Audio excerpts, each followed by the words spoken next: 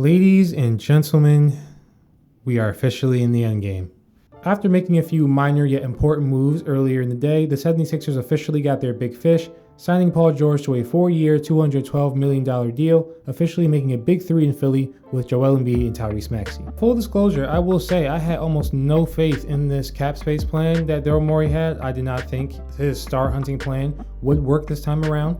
And I believe that the best way to use that cap space was to get high value role players to build a balanced team around Joel Embiid and Tyrese Maxey. But credit where credit is due, Daryl Morey stuck to his guns and it paid dividends for him. And I will give him credit for the way that he navigated this and got us to this point. For Paul George, he's now back in the Eastern Conference for the first time since playing for the Indiana Pacers back in the early 2010s. And even though he's not the same type of player he was back then, he is still very much a high-level, all-star caliber wing that could fit very well next to Joel Embiid and Tyrese Maxey. Although I was fairly in the minority on the whole Paul George endeavor, I was very skeptical that he would leave LA, and even when it became more apparent that he could come to Philly, I was still a bit skeptical given the fact of with the new CBA and the new rules, I did not think it would be the best idea to give someone of his age, about to be 35 by the start of the next season, that type of contract. Given the fact that the era of big threes seemed to have officially come to an end. I mean, we saw Phoenix try to do it with KD, Beal, and Booker, and I felt that if we tried to go that direction with Paul George, we would basically become the Suns of the East. And in some ways, we kind of have. But with that all being said, I still recognize the value of having a Paul George on this team, of having someone of his talent level at the wing position, something that we haven't really had ever in the Joel Embiid era. And given the fact of what we are coming off of in Tobias Harris, definitely a much better upgrade. Paul George is coming off of a year where he averaged 22 points, 3.5 assists, 5 rebounds, shot 41% from 3 and 47% from the field, and was named the All-Star. He's living a situation in LA where he was brought in to be the 1B to Kawhi's 1A, and they just could never get over the hump. Whether it be injuries or lackluster playoff performances, they just could never get it done. Now he hopes to have better success here in the Eastern Conference, where it is the weaker conference, let's be honest. The only team that is ahead of the Sixers right now is Boston, and you could argue New York. Now, looking at the stat line, it is understandable to feel why it is more ideal to have Paul George in this situation with us. We pretty much got him for nothing. We were able to just sign him outright. We didn't have to give up any of our draft capital. And putting him at a number 3 option, he could work very well next to Tyrese and Joel. And even given the fact that he was in a situation in LA where Kawhi was frequently injured, even with Joel having a similar issue here in the playoffs, Joel at least still tries to play through injury. Like Joel, even when he has a broken face, even when he has meniscus tear, you see him with the mask on, you see him with a knee brace. He will always try his best to get on the court. Even if he's not 100%, he always does his best to give what he can for the team. As long as we can keep him and Paul George healthy enough, we can definitely make some noise in the Eastern Conference playoffs next season. My main concern with going down this third star route was the new CBA. The new CBA rules have pretty much been designed to tear down big three teams, tear down super teams. The league wants more equality and parity in the league, which is pretty much BS because there's still teams out here who are finessing that CBA still. And the timing of it, I mean, you have Boston who just went on a historic run. Didn't seem like they had much weaknesses. They're pretty stacked across the board, and yet they're paying a whole bunch of money to keep that team together. And it doesn't look like there's really many teams that can really be on par with them. So yeah, bunch of good that new CBA rule is doing for them. But regardless, for us, I was very concerned with going down this route with those rules, given how it would constrict us in certain movements after the fact. And given the fact of how we just saw this experience pan out for the Suns. Now, granted, the Suns' big three compared to us is a bit different because of the fact of Beal, Booker, Durant just did not work from a personnel scheme standpoint. Yes, they are some of the greatest scorers the league's ever seen, but they are all ball dominant. Every one of those guys I just named need the ball in their hands to contribute, to be effective. They don't really play that good of defense. So really, even though they were seen as championship favorites. You need more than just being a really good scorer. I mean, you had this, it has to make sense. The players have to work well together. It has to be gelling together. So yeah, it just wasn't really going to go that far. But going back to that whole situation, everyone was so big on the, oh my gosh, Suns big three, championship favorites. But when you really looked at the construction of that roster, all the money, like 75% of the money, was wrapped into Durant, Beal, and Booker. And they didn't really have anything to build a decent roster after that with depth in the bench. Sure, they found a way to finesse and finagle to get a fairly spread out bench. But when you really look at it, it almost did nothing for them because there weren't really a lot of guys that could really help out, that could really make a difference. And now the Sixers are kind of in a similar situation. With the roster construction, we have no fours. And given the fact that the free agency pool for power forward specifically is drying up quickly, it isn't really that saturated right now. Like, there aren't really a lot of good options in the power forward position. Let's just be honest. There aren't a lot. We're in a position where we are kind of I know we're all in, but like, what are we going to do? What are we going to do? Now, again, I'm sure Daryl Morey will figure something out. I'm sure he calculated this, went through this in his head, planned this out. I mean, he's doing this for a reason. Like, I'm sure he figured this would pop up. We have some issue with filling out the rest of the roster, and it will probably be like a very low vet minimum guy, or probably getting a guy who hasn't been in the league for a minute. There aren't really a lot of good options here. And from a fan base perspective, from a team perspective, you're not really going to get the ideal guy you want at power forward. There's going to be some issues. There's going to be a bit of an imperfect fit, but still, it's a bit worrying right now. We are lacking at four. We are lacking at power forward. We have no fours. We need more point guard depth, and we need more shooting guard depth. I mean, it just is what it is. We don't really have a lot on the team right now. We have about 6 more roster spots to fill, I do believe. So how we're going to make this work, it will be interesting. It will be interesting. The new CBA is pretty much going to make it very hard. And even if we went the route of trading Paul Reed, or trying to get someone to come in and take his spot after cutting him, we only have $9 million left in cap space. And if we trade Paul Reed, we would pretty much be hard capped with anything we try to do. The new CBA is very confusing, but yeah, pretty much if we get hard capped, it will very much diminish us when it comes to veteran minimums or trying to sign buyout guys. So stuff like that, the first apron, second apron, it's all very complicated, but pretty much those violations are not good. So we'll see how this works. We'll see how this goes.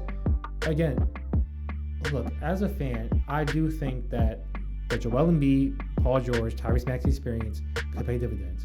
I do believe that with their gameplay and their styles, they can mesh very well together. Paul George being a third option is probably the most ideal thing and probably the best thing we have had in the Joel Embiid era. But man, I really hope this pays off. And I really hope that we can make this work. We have about a 2-year window for this to really work out. But man, this is going to be a bit interesting. It's going to be a little rough. I don't imagine that we will have the best of the best type of roster construction, but we will have one that could work and could be slightly better in areas that we have needed to be in the past. So with that being said, welcome Paul George. Hopefully this experience goes well. Don't know what number he's going to wear because 13 is retired. A lot of people have been saying he'll wear number 8. That would be cool, but we officially have a big 3. Let's see how this goes. Rounding out some of the other moves that Daryl Morey got done on the first day of free agency, earlier in the day, one of his first moves, he signed Andre Drummond back to the Sixers. Great move. I mean, I don't think there's one person in the Sixers fan base that can disagree with this. This was a great move. Getting Andre Drummond back, filling a need in backup center that we have desperately been lacking in since he left. Yes, Paul Reed has had good moments, but this past season was not the best for him. Although I am not ready to pass judgment off of one bad year or bad playoff series, still, This was the area that we really need to upgrade in, and who better than the best backup center that we have ever had in the Joel Embiid era? Andre Drummond obviously can come in, spell Joel for a good 10-15 minutes, keep us afloat while Joel's sitting on the bench, let him rest, and this will be a very advantageous position for us going throughout the season and possibly in the playoffs. I mean, I know Andre has not been the best playoff performer. Listen, given the fact that we have Nick Nurse now, last time we had Andre, Doc was here. That wasn't the best position to be in.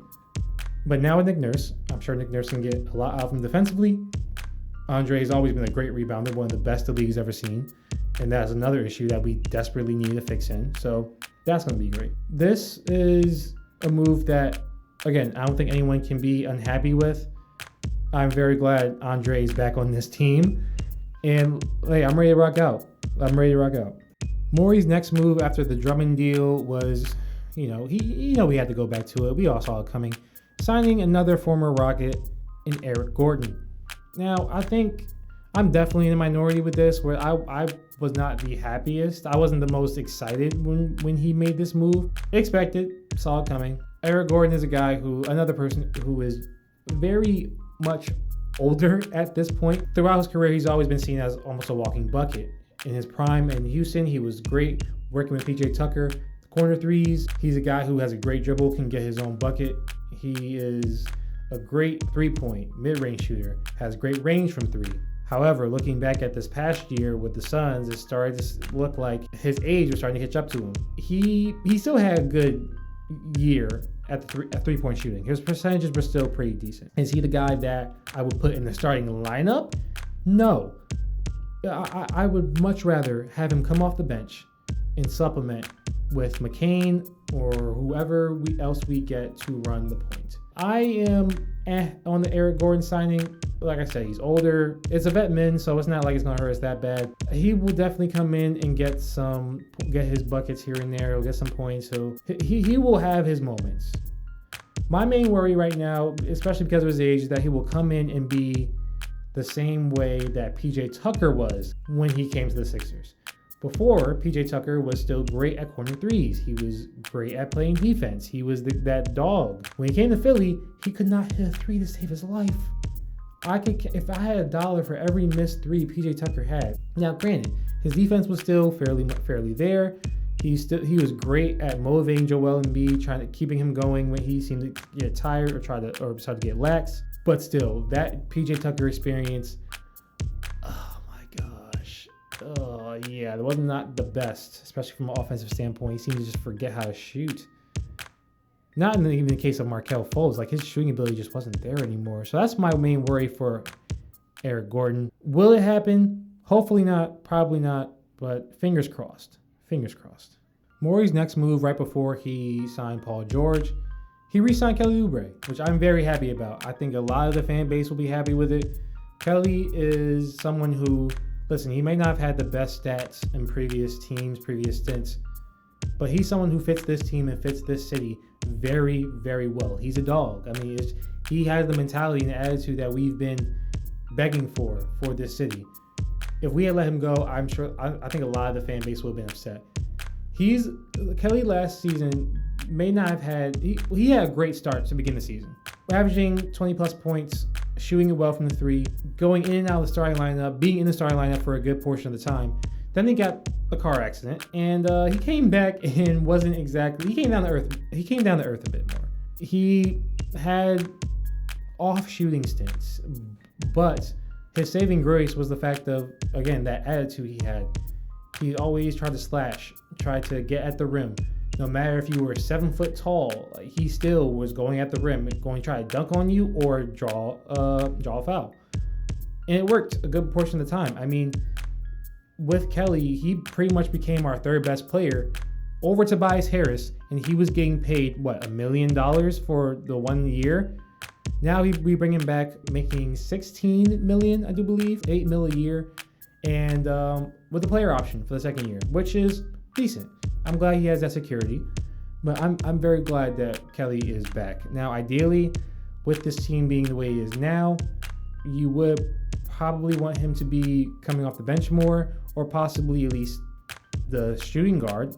not a power forward, but push comes to shove, depending on this team pans out, we might have to put him in one of those positions. So yeah, I'm glad we got Kelly back still.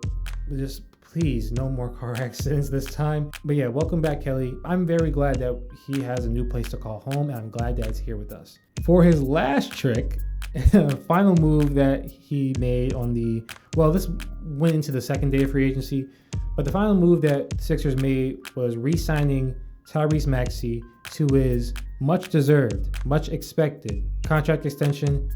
5 years, $205 million, I do believe. This was a long time coming for Tyrese. I mean, he earned every bit of the contract that he is being given right now.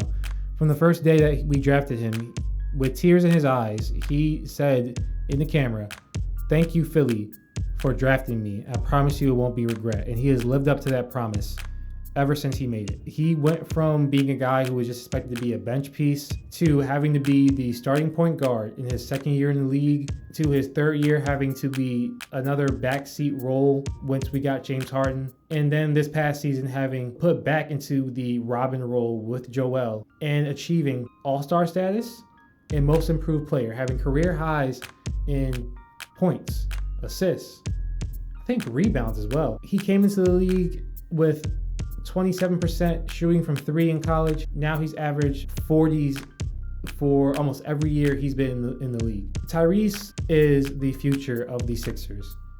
He is going to be one of the all-time Sixers greats. He's going to be up there, the conversations that we have about Iverson, Dr. J, and even Joel Embiid. Joel has not done his career yet, but Joel has hit that status. And Tyrese is not far behind. Nothing much more I can say. I'm very glad that we locked this up. I'm very glad Tyrese is here to stay. The franchise is going to be in Philly for the foreseeable future. And this is just great. Looking at Sixers and Eagles, I mean, Eagles across the street, we locked up Devontae Smith, and now the Sixers lock up Tyrese Maxey. The future of the city, sports-wise, is in really good hands. And I'm excited to see it. I'm excited to watch it. So, yeah, those are all the moves that Daryl Morey made on the first day going to the second day of free agency. And hey, let's see how this finishes. I will give credit where credit is due. You know, I did not believe in this plan, but so far it has panned out the way he expected it. Daryl Morey wanted a third star. He got his third star. And for better or for worse, this is who the team will be rolling out for the foreseeable future. Again, though, we still have issues with trying to fill out the rest of the roster. I mean, we need power forwards desperately. The free agency pool does not look the best right now, although I would be very happy if we brought back Dario Saric. But that's just me. We'll see how this pans out. We'll see how this goes. Are we better than Boston? Probably not. But no move that we could have made would have made us better than Boston. But this move makes us a bit closer, and that's a lot more than what we could have said before. So we'll see how this upcoming season pans out. Summer League is coming up. We get to see some of our new draftees and two-way guys, which I still need to make a video on that. That will be coming soon. And the Olympics is also coming up. About to get some more Embiid hoops, see how he plays in the Olympics. Hopefully goes well, stays fairly healthy, and we can go into the new season rocking. So yeah, thank you guys for watching this video. That's just my fairly just surface reaction to this Paul George news and the free agency as a whole so far. Things are a bit quiet, not many moves to make right now, but we'll see what happens. We'll see what Daryl Morey does. And yeah, I guess I'm being brought back in. I can't lie, I am. Do I think that this is instant championship? No. Right now I'm in the spot where you just have to show me. I can't really allow myself to be fully pulled back in because I know that heartbreak. But yeah, at this point, we'll see. We have to show it. It's put up or shut up time. This is our Sixers team. Time to make it happen. So yeah, thank you guys for watching. Hope you have a blessed day, and go Sixers.